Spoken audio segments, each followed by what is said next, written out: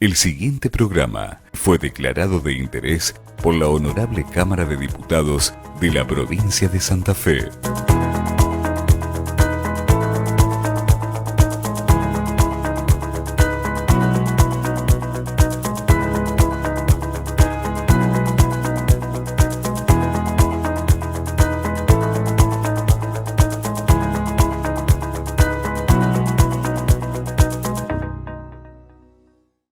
Se llega a la maternidad o a la no maternidad por distintos caminos, pero siempre es una elección, tener o no tener hijos, entre los sentimientos propios y los mandatos sociales. Mujeres, hombres, parejas que hacen hasta lo imposible para tener un hijo y aquellos que prefieren no tenerlo.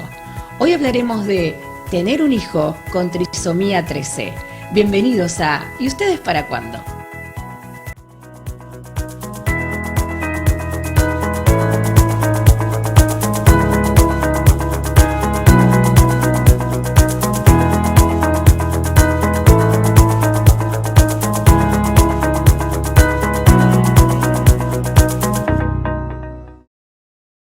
Hola a todos, ¿cómo les va? Bienvenidos a un nuevo encuentro cada semana aquí en la UOX con un nuevo capítulo, una nueva oportunidad de conocer temáticas que no son tan visibles en los medios de comunicación y sobre todo en este camino, ¿no? De aquellos que eligen tener hijos como también de aquellos que prefieren, como decimos ahí en la presentación, no llevarlo a cabo. ¿Qué pasa cuando sí se tiene esta elección y aparece lo inesperado, aquello que nos sorprende, lo que no habíamos planeado, como es en el caso de tener un hijo con trisomía 13? Por eso vamos a contar con un testimonio. También ella está coordinando un grupo que asiste y ayuda a muchos papás, ¿no?, que pasan por una situación parecida, así que la saludamos a Mariana Vaccaro. ¿Cómo estás, Mariana? ¿Cómo estás, Karina? Muy bien. Bueno, gracias antes que nada por estar con nosotros, por venir, por animarte a compartir tu historia públicamente. Eso para nosotros es valioso. Y bueno, vamos a empezar desde que vos tuviste este deseo de ser mamá. ¿Cuántos años tenías? ¿Lo buscaste? Bueno, yo quedé embarazada cuando tenía 29 años. La verdad es que no era una hija planeada, por así decirlo. Yo de hecho estaba a punto de en unos meses irme a vivir afuera, cuidándome y todo, quedé embarazada. Me enteré muy pronto porque en realidad quedé embarazada y empecé con muchos dolores, así que bueno, tuve que recurrir a una guardia, menos de una semana. Entre el primer malestar y el diagnóstico, estaba embarazada. Fue un cimbronazo muy fuerte porque, te repito, no me lo esperaba. ¿Estabas en pareja vos en ese momento? Estaba en pareja, pero justamente el tema del viaje, no sabíamos qué iba a pasar, si íbamos a seguir o no, porque yo la decisión de querer irme la tenía, él estaba viendo, me cuidaba justamente para no quedar embarazada por estos planes que teníamos. Y me agarró muy de sorpresa, porque aparte cuando fui a la guardia, al no tener atraso ni nada, me hicieron estudios para todo tipo de cosas, desde que me iban a operar el apéndice hasta la vesícula, páncreas, riñón, todo lo que se te ocurra. Y bueno, terminó siendo un embarazo. Al principio me costó mucho la noticia, me quedé así como helada, porque sobre todo por esto que uno tiene esa cosa de quedás embarazada si no te cuidás, pero yo me estaba cuidando y quedé igual, entonces el entender por qué. Y como los dolores persistían y los exámenes de beta no daban del todo bien, me hacen una ecografía que se llama TN+, que entre otras cosas ve si puede llegar a ser síndrome de Down la criatura o si tiene alguna malformación. ¿Qué características tiene? De ese tipo, que es medir la piel de la nuca del feto. Siguió dando más o menos, o sea, me decían, está bien, pero los números son medios raros, y me ofrecen algo llamado punción. Yo, medicina cero, yo siempre estudié cosas de arte, estudié actuación, tuve que preguntar qué era una punción. Cuando me lo dijeron, la verdad que es muy invasivo, asusta un poco, porque es una aguja que te meten por el ombligo. Cuestión de que, bueno, a la semana 10 me la hicieron, a la semana 14 ya sabía que tenía una bebé con algo llamado trisomía 13, que no sabía qué era. Hasta ese momento vos nunca habías escuchado en la vida esto. Había escuchado. De hecho, ahí aprendí que el síndrome de Down es una trisomía, claro, que también para mí se llama síndrome de Down, y así era. Y con médicos enfrente que pretendían que yo entienda en una misma frase me decían, tu hija se va a morir porque se va a morir. Y yo pidiendo explicaciones y los médicos enojándose porque yo pedí explicaciones y enojándose porque yo no entendía. Ujú. Todo esto fue en Buenos Aires, yo vivía allá. Vine para acá de visita, como hacía casi siempre, y vi a un médico acá que me sentó y me explicó qué era la trisomía Y bueno, 13. y vamos a aprovechar entonces esa explicación que te dieron en ese momento, como para hoy también contarle a aquellos que nos están viendo qué significa, ¿no?, tener trisomía 13. Bueno, hay otros tipos también, pero específicamente la que tiene que ver con tu caso. La trisomía en sí es un par y medio en un cromosoma. Nosotros tenemos 23 cromosomas maternos, 23 paternos. En el par 13, en el caso de mi hija, en el par 13 tiene un par y medio. Esto, en el caso de ella, fue simplemente azar, se formó así. En algunos casos puede ser heredado de vía materna o vía paterna, en ese caso es traslocación. En el caso de mi hija también es una trisomía parcial, o sea que parte de su cuerpo tiene células afectadas y parte no, también puede ser total. Todas las trisomías tienen estas tres variaciones. En el caso de mi hija, al saberlo prenatal, que es una de las cosas que yo siempre agradezco, porque tuve 7 meses prácticamente para escuchar cosas que no estaban buenas, pero al menos interiorizarme un poco y ir mentalizándome. Sí, haciendo todo este proceso de aceptación que siempre Aceptar, hablamos, ¿no? aprender. Yo en ese momento, ella nació en el 2007, no existía Facebook, por lo tanto la información que yo encontraba era en inglés. Recién al obstetra lo conseguí a los 6 meses, porque también yo iba con el diagnóstico y ningún obstetra me quería atender. También con barbaridades en el medio. Recién a los 6 meses conocí a mi obstetra y él también me dijo, empecemos a filtrar la información que ves porque es muy fuerte. Uno pone trisomía 13 en Google y te aparecen cosas muy fuertes visualmente que para una embarazada son como muy difíciles de salir adelante después de eso, porque ves chicos con muchas malformaciones estéticas en la cara, en el cuerpo, y eso para una madre que está a la espera de qué va a pasar es muy fuerte. Y una de las cosas que yo siempre le dije a todo el mundo en mi embarazo, si yo decidí seguir, porque, a ver, el aborto no punible siempre existió, pero en el 2007 no era como ahora que tenías tantos recursos para conseguirlo o no. De igual modo yo decidí seguir, a pesar de que se me ofreció la posibilidad, pagándola claramente, pero se me ofreció. Y yo, digamos, mi premisa siempre era, si yo decido seguir, esto no va a ser un velatorio, va a ser un embarazo con parto.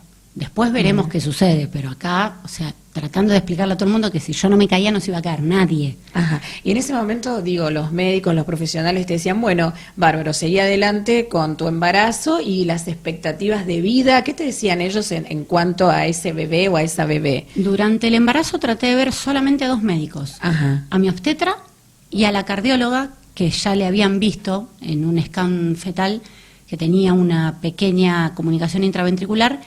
Y eran ellos dos personas que saben mucho, sobre todo la cardióloga sabe muchísimo sobre trisomía, y trataba de ver ellos dos.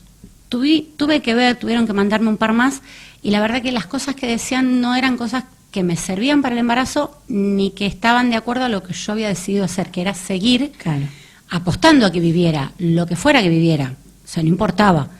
Pero si yo no tenía pérdidas, no tenía dolores, porque, digamos, después todo cesó. Yo tuve un embarazo sin una contracción hasta un día antes de parir.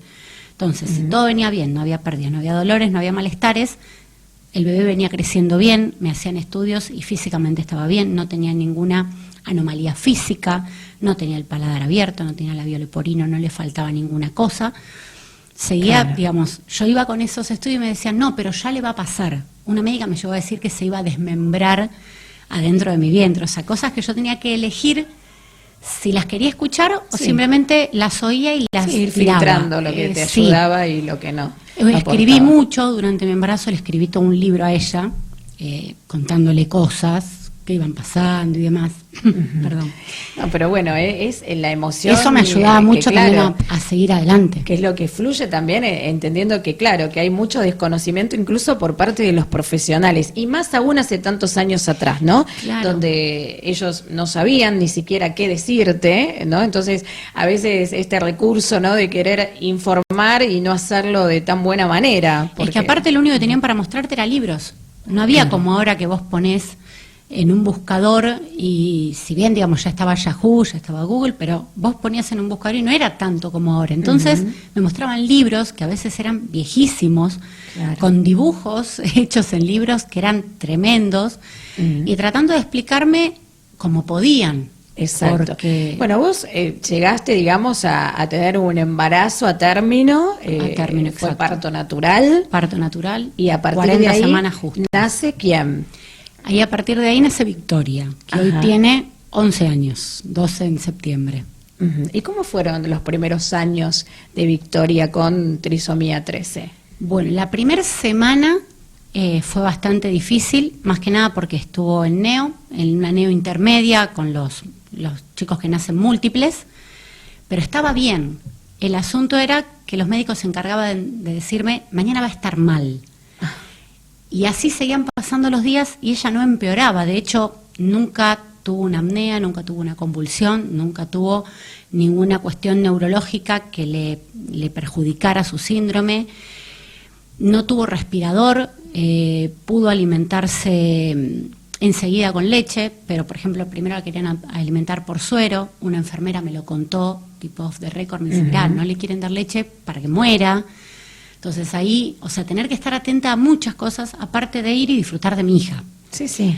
Pero la verdad que las enfermeras del año se portaron muy bien, me dejaban estar todo el tiempo que yo quisiera ahí adentro, le cantaba, le hablaba, le leía cartas, le leía el diario, le contaba chistes. Un papá que estaba al lado con su bebé prematura también hacía lo mismo. Entonces estábamos todo el tiempo ahí y yo veía como ella, con todo ese contacto, iba mejorando. Al 9º día, con una frase poco feliz, la jefa de neonatología me dice, te vamos a dar el alta porque es mejor que muera en el calor del hogar. Yo me di cuenta que con solo 9 días me alcanzó para ponerme mucho más dura porque le dije, genial, voy a prender la estufa. Porque no se me ocurrió otra cosa. Qué fuerte esto, Mariana, digo. La verdad que sí, porque, digamos, podés pensarlo y decirle cualquier otra cosa. Sí. Acordate que esto es complicado, vamos, mejor anda a casa, total, no necesita grandes cuidados, o vení la semana que viene. Cualquier cosa puedes decir, pero darle el alta a una mamá diciéndole mejor que muera en el calor del hogar, me pareció hasta como innecesario. Sí, entendemos que a veces muchos profesionales de la medicina es lo que se conoce desde lo social, ¿no? El pronóstico siempre va a menor, ¿no? Como para no generar falsas ilusiones o expectativas en el contexto familiar, pero de Sí, ahí, claro, pero digamos, a llevar una frase como la que se te dijo. Es que vos podés darle las expectativas reales, Claro. hasta no dárselas, Exacto. pero con una mujer que acaba de parir, Ujú. y que ves que la tiene clara, porque no es que yo estaba en una burbuja no sé, pensando que mi hija era normal, no. La crudeza a Sí, veces sí. no es necesaria. Podés ser directo y no crudo, ni Sí, cruel. no generar tampoco esto que decíamos, ¿no? Ni cruel. Expectativas, ni ilusiones, pero de otra forma. De ¿no? hecho, ni bien le dieron el alta, ella se fue con internación domiciliaria hasta el 1 año y medio que le operaron del corazón, y en el medio era una visita semanal a la cardióloga, un ecodoppler todas las semanas, encontrar un pediatra acorde, porque también el pediatra de la neo que me derivaron me dijo, no, ¿para qué estimulación si es en vano? Entonces tuve que buscar en Google la palabra estimulación temprana, entender qué era y buscar dónde hacerla. Que me contactaron con una estimuladora que es de acá, que trabajaba en Buenos Aires, que se llama Estela Granato, y ella fue la primera que me ayudó con las primeras cosas, muy simples. Victoria tenía que ganar peso, por ejemplo, y ya querían ponerle una sonda para que se alimente. Le digo, pero si no, ¿cómo podría ser? Y me mira muy sobrador el médico de neo y me dice, darle cada 2 horas. Bueno, pero todo el día. Bueno, pero dámela la opción. Después, si yo no la tomo, es mi problema. Pero entonces, me levantaba cada 2 horas, a la noche incluida, y le daba un poquito de leche. Porque ella, al tener el problema cardíaco, no podía comer grandes cantidades porque es como si comiera corriendo. No asimilaba las calorías. Entonces había que darle un poquito cada 2 horas y fue así. durante varios meses. Después dormir sentada porque no tenía llanto, tenía un tema en la garganta llamado laringomalacia, no tenía llanto, dormir sentada durante casi un mes y medio hasta que ella tuvo llanto y ahí ya intentar acostarla.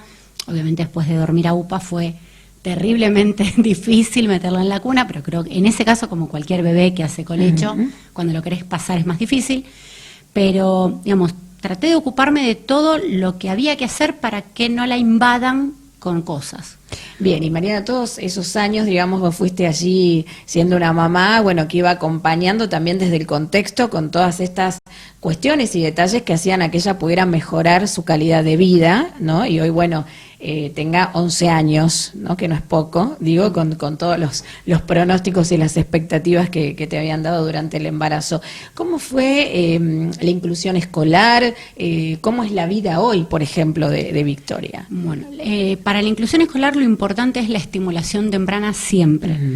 Hacer, jugar, tratar de hacer la vida, yo siempre digo, lo más normal posible en lo que significa un hogar de un niño, salvo que tuviera un problema médico, clínico muy grave.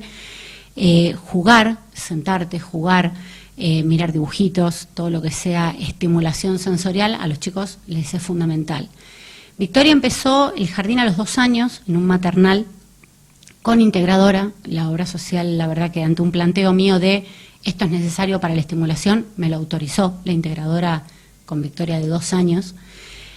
Fue 3 años a un maternal y luego estuvo otros 3 años en un jardín del Estado. Ahí empecé a darme cuenta lo importante del jardín de infantes para los chicos, que uno a veces piensa, van solo a jugar, justamente, van solo a jugar. Cosa fundamental en la discapacidad, que los chicos aprendan a jugar con otros nenes. Y para estos nenes normales, que tienen un compañero con inclusión, también aprenden a que no es todo como ellos lo hacen y que también deben aceptarlo y que está bueno que lo normalicen desde chiquitos. Eso es una cosa que yo siempre hablo sobre la inclusión. A veces no importa si el chico aprende a leer, escribir o aprende a señalar un país en un mapa, pero que aprenda a poder ir a un paseo, a poder estar en un patio, a poder participar en un acto bailando. Es maravilloso porque viven en una sociedad y la sociedad debe adaptarse a ellos, no ellos a la sociedad. Claro. Porque somos un montón, o sea, y está la gente con discapacidad y están los ancianos y están un montón de personas que no son el estereotipo de persona blanca, 30, 50 años, que camina, anda, va, viene, trabaja y tiene coche. No, hay un montón de otras cosas. Y los chicos con discapacidad, sobre todo cuando es discapacidad intelectual, necesitan mucho la inclusión escolar. La escuela es el mundo de un niño. Después pasa a una sociedad más grande. Pero la sociedad de un niño es su escuela, sus compañeros, sus cumpleaños, sus actos escolares. Y cuando el chico tiene eso, tiene un montón de cosas ganadas. Ya cuando van creciendo, ya la etapa primaria es mucho más difícil. A veces es difícil ingresarlos en un jardín. La escuela primaria es mucho más, porque tenemos una educación demasiado rígida. Muy pocos colegios flexibles realmente. Y la adaptación de contenidos no es tan difícil como la quieren hacer ver. Yo creo que es modernizar un poquito. Sí, siempre, el bueno, magisterio. lo decimos, es la actitud también de los docentes, ¿no? Sí. Esta posibilidad también que se le debe dar a cualquier niño, cada uno en su individualidad, ¿no? Como un ser íntegro, diferente, que todos lo somos. Y bueno, vos algo dijiste antes, me parece esto de tener que adaptarse. En realidad todos nos tendríamos que adaptar a todos porque estamos conviviendo, ¿no? Exactamente, no es incluir, sino convivir. Es convivir. Entonces cada uno desde su propia particularidad, ¿no? Con todo lo que conlleva, ir aceptándonos los unos a los otros, ¿no? Tal cual. Y tengamos o no discapacidad. Porque somos seres sociales, o sea, si no convivimos no podemos lograr absolutamente nada. Bien. Y para ellos es fundamental aprender a convivir, para la autonomía futura. Mariana, ¿cuándo surge en vos entonces esta posibilidad de empezar a hacer algo no solo por Victoria, ¿no? Que tiene trisomía 13, sino también por aquellos que tienen otro tipo de síndromes y bueno, armar, coordinar, ¿no? Una agrupación que allí también esté asistiéndolos? Y comenzó, bueno, cuando yo estaba embarazada, buscaba información y todo estaba en inglés. Si bien hay cosas que podés entenderla, o tenía compañeros y amigos que hablaban muy bien inglés y me lo traducían. Cuando se trata de un tema tan delicado, uno necesita su propia lengua, escucharla, leerla, entenderla, y no había, no existía tampoco Facebook en ese momento. Entonces, con la aparición de Facebook, lo primero que hice fue armar un grupo. En un principio se llamaba solo Trisomía 13, habla hispana, porque lo que yo quería era llegar a todas las mujeres como yo, que hablamos español, y que nos encontramos con una necesidad urgente de no sentirnos únicas, porque aparte de mí me dijeron, es la única. Y ni bien armé el grupo, hoy somos más de 1000 familias. Ni bien armé el grupo, empezaron a llegar un montón de mamás que también creían que eran las únicas, también creían que no había otros chicos como los de ella. Muchos todavía siguen vivos, de hecho tenemos un chico en el grupo que acaba de cumplir 19 años. Tenemos otro que llegó desde México con poquitos meses y ya tiene 9 años. Algunos los vimos partir, es verdad también, porque depende con las complicaciones clínicas que nacen, la sobrevida puede no ser mucha, pero lo que empezó, digamos, con una página que yo solo quería llegar a quien pudiera leerlo, hoy contemplamos mamás de un montón de países del mundo, inclusive de la parte hispana de Europa, Estados Unidos, que lo que hacemos es apoyarnos entre nosotras. Yo siempre digo lo mismo, nosotros podemos tener grandes familias y grandes amigos, pero cuando hablamos de trisomía 13, o en este caso trisomía 18, que es la otra trisomía que tenemos en el grupo nuestro, solamente quienes lo pasamos lo entendemos. Y a quien se le muere un hijo entiende lo que siente otra mamá que le pasa lo mismo, y a la que tiene que alimentar cada 2 horas a su hijo, y a la que no lo puede ingresar en una escuela, o a la que no consigue una ortopedia. Solamente el que lo pasa de verdad lo entiende y empatiza de una manera que nadie más lo puede hacer. Claro, entonces se forman vínculos de lazos de unión, como nosotros decimos, una gran familia que abarca muchos países, que cualquier cosita, o sea, estoy muy cansada porque hace una semana no duermo. Bueno, no es un tema menor, entonces dicen, bueno, pero dormí. No. Cuando te dicen eso es por algo en particular, entonces está la mamá que lo expone y la lista interminable de mamás que responden, apoyando, abrazando con una palabra, y eso con un síndrome tan desconocido es fundamental. Entonces eso fue mi primera intención, poder llegar a que ninguna mamá se sienta sola, que no se sientan que son las únicas, que no se sientan que sus hijos... que se puedan identificar también con las historias de otras familias. Y que ante cualquier duda tengan a dónde preguntar y la gente que responde sepa de lo que está respondiendo exactamente sin leer un libro, porque las mamás a veces aprendemos sin quererlo, pero aprendemos mucho más de lo que aprenden los médicos. Claro. Porque tenemos que ser médicas, terapeutas, enfermeras, docentes especiales de nuestros propios hijos. Y Mariana, en todos estos años, digo, los profesionales médicos han empezado a conocer un poquito más de estas trisomías, digo, o todavía se encuentran bastante desinformados. Y los médicos que tratan a nuestros hijos van aprendiendo, yo creo que a la par nuestra.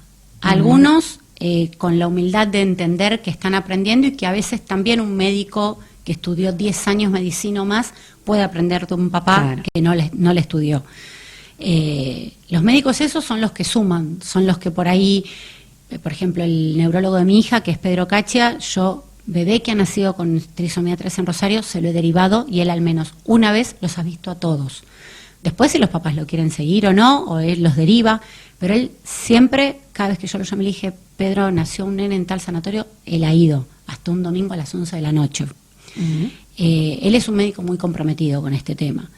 Después de las charlas que hemos tenido con el doctor Ramiro Colabianchi, que está con nosotros en las charlas que armamos y demás, también el tema de los estudios prenatales, de explicarle a los papás ante qué se van a encontrar, qué cosas les puede pasar, pero aprender que son personas que hay que contener. No olvidarte de tu papel de médico, pero no olvidarte que sos una persona y que estás enfrente de otras 2 personas a los que les vas a dar una noticia mala y que no sabes cómo lo van a tomar. O sea que vamos también a llegar con este mensaje, o sea, esto se puede detectar durante la etapa de embarazo. Sí, se puede detectar durante el embarazo.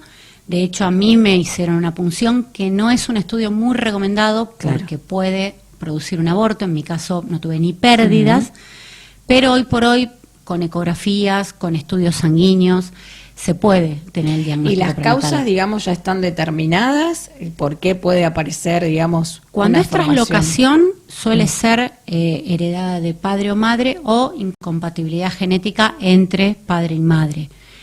Cuando es azar, como en el caso de mi hija, es malformación, digamos, al momento de la concepción. O sea que también, bueno, pensando que en este programa hablamos de aquellos que también recurren a una técnica de reproducción asistida, llevándose ahí a cabo los estudios genéticos, ¿no?, de los que conforman esa pareja, bueno, uno ya podría saber de antemano si hay una incompatibilidad. En aquellos que, bueno, que recurren precisamente a esa forma, ¿no? En tu caso, como en otros tantos, que bueno, quizás no. Que sí, al hacer tratamientos deberían informar en caso de que sucediese. Tuvimos hace poquito un nene que nació, falleció a los pocos meses, pero nació de un tratamiento de fertilización de los padres a los que no les dijeron que había una incompatibilidad. Que había una incompatibilidad, ni que venía mal el bebé, ni nada, hasta que nació. Entonces, eso también, por ahí yo siempre digo, a veces la ecografía 5D, donde vemos si el bebé se parece al tío o al abuelo, no es tan importante como ciertos estudios que todas las obras sociales cubren, que son ecografías simples, que se hacen ni bien sabes del embarazo, una ecografía que se llama scan fetal, acá creo que le llaman ecografía morfológica, que se hace a los 5 meses, que es una simple ecografía, pero que mira órgano por órgano. Hay cosas que son mucho más importantes que por ahí ver a quién se parece tu bebé antes que nazca, y eso también es importante, no generar pánico, pero sí importante generar conciencia de que cuando uno esté embarazada hay un montón de cosas que se pueden prevenir con simples estudios, y por ahí la ansiedad de saber a quién se parece o cuándo van a ser pasarían a un segundo plano, y te pueden ayudar un montón al momento del parto saber cualquier inconveniente con el que venga tu bebé. Sí, además esto que dijiste antes, ¿no? Como la estimulación temprana hace y mucho en lo que va a ser después Victoria la empezó vida. Creo que a los 20 días con videos que yo sacaba de internet, que siempre digo, no sé si los hice bien o mal, porque tuve que aprender lo que significa la estimulación temprana, de ahí para acá todo. Después, bueno, la estimulación con Estela ayudó muchísimo. Y después esto, jugar, a una vuelta, por ejemplo, me dijeron que era bueno que ella moviera el líquido raquídeo, que eso hacía que su cerebro funcionara mejor, y yo empecé a hacer acrobacias con mi hija, y ahora ya le sigue gustando, ya no la puedo levantar, pero desde muy chiquita haciéndole acrobacias para que pudiera sostener su cuerpo, para que pudiera manejarse mejor. Empezar, no sé, desde que sostenga su cabeza hasta que pueda caminar, que también no va a caminar, bueno, camina, trepa, corre, todas esas cosas también para desafiar los pronósticos que tampoco tienen argumento, no lo va a hacer porque no, y no es un argumento porque el válido. manual dice que no lo puede hacer, claro. O por ejemplo, la trisomía es un síndrome, no una enfermedad. Exacto. Produce enfermedades en los órganos, pero no es una enfermedad en sí, entonces nadie se muere de una trisomía. Te podés morir de otras cuestiones, pero nadie se muere de una trisomía. Y los médicos por ahí te decían, se va a morir porque tiene trisomía, ¿pero de qué? ¿Se muere por la trisomía? No, de trisomía no se muere nadie. Se muere por los inconvenientes que pueden o no tener físicos, que también pueden no morirse, porque pueden operarse y seguir vivos. Mi hija, el problema de corazón, se sanó y listo. Y hoy es una nena, aparte es grandota, come cualquier cosa, no tiene problemas con absolutamente nada, tiene una salud muy buena. Entonces es aprender eso básicamente, que del síndrome en sí no van a fallecer, y después, bueno, saber qué tiene y con qué médicos charlarlo. Sí, está buenísimo esto que dijiste, que bueno, que es bárbaro el mensaje. No es una enfermedad, como tampoco lo es el síndrome de Down, ¿no? Que también es otra trisomía. Estos niños que nacen, no contagian, y no es que se van a curar, ¿no? Porque también es eso, las enfermedades sí se curan, a veces no, pero esta no es una enfermedad, entonces no es que hay una cura, no es una condición de esta persona, y así puede llevar adelante una vida, ¿no? Como todos, con su contexto también bastante particular, que es lo que ustedes van ahí demostrando con tantos testimonios. El objetivo que tienen en el grupo, más allá de acompañar, de asistir, creo que es también llegar a la sociedad toda, que a veces desconoce. Y que conozcan claramente, porque aparte no es tan difícil ni siquiera de manejar un chico con trisomía 13, es decir, lo puede llevar a una plaza. Obviamente, como decía antes, siempre teniendo en cuenta que no tengo una condición física determinada, pero aún los que tienen botón gástrico o traqueotomía los puede llevar a una plaza igual, los puede llevar a un cine igual, si al chico o la chica le gusta, claramente. Pueden hacer una vida normal. Bien, Mariana, ¿cuál sería tu mensaje para aquellos que te estuvieron escuchando, viendo, por ahí están ahí en toda una etapa de aceptación, ¿no? Que recién se han enterado que quizás, van a tener un hijo con algún tipo de trisomía? El mensaje es, no es sencillo, no es nada sencillo. Aprendés a valorar detalles que con otra maternidad quizás pasarían total y completamente desapercibidos. No es difícil, no están solos, no es tan difícil como parece.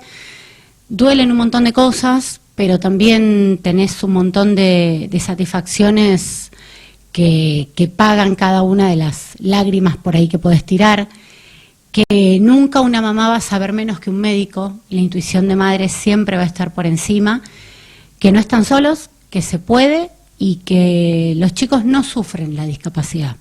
Entonces hay que aprovechar y ser felices con la felicidad que estos chicos transmiten. Bueno, la verdad, Mariana, nos encantó tenerte hoy en el programa, te felicitamos, sí, como te dije antes, por animarte a compartir tu historia, también por el trabajo que están ahí llevando adelante desde el grupo, que los pueden buscar, ¿no?, en las redes sociales. Sí, tenemos Facebook e Instagram, es Trisomía 13 y 18, habla hispana, y también cualquier consulta tenemos un mail que es t1318arg@gmail.com. Bueno, muchas gracias. A vos, Karina, lo mejor para todas las actividades y ahí cuestiones que sigan emprendiendo en pos de un mundo mejor. Muchas gracias. Estuvo con nosotros Mariana Vaccaro, ahí escuchaste también su testimonio, quizás nunca había sentido hablar, ¿no?, de trisomía 13, pudimos conocer su historia y todo lo que también está llevando adelante. Te agradecemos a vos por acompañarnos cada semana, acordate que podés volver a compartir estos capítulos allí en las redes sociales, a que te dejes ahí llevar por lo que sientas, podés comentar, expresar también alguna que otra propuesta para que la tengamos en cuenta para los próximos programas. Nos encontramos el domingo aquí en la UOX con un nuevo ¿Y ustedes para cuándo?